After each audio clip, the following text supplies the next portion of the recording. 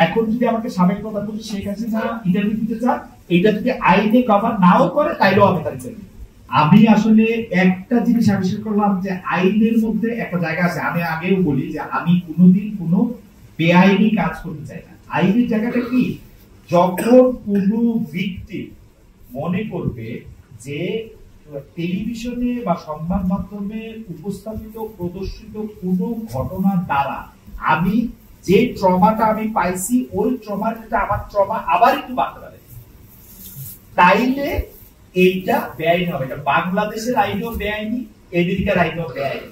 লোক আমারে কইছে আমেরিকার টিভিতে তো অনেক নিষিদ্ধ লোক, একটি উদাহরণ দেখাতে পারে না, একটি উদাহরণ, একটিও না। আমি বলি ইন্টারভিউ কখনোই মার্কিন যুক্তরাষ্ট্রের কোনো গণমাধ্যমে প্রকাশ করা হয় নাই।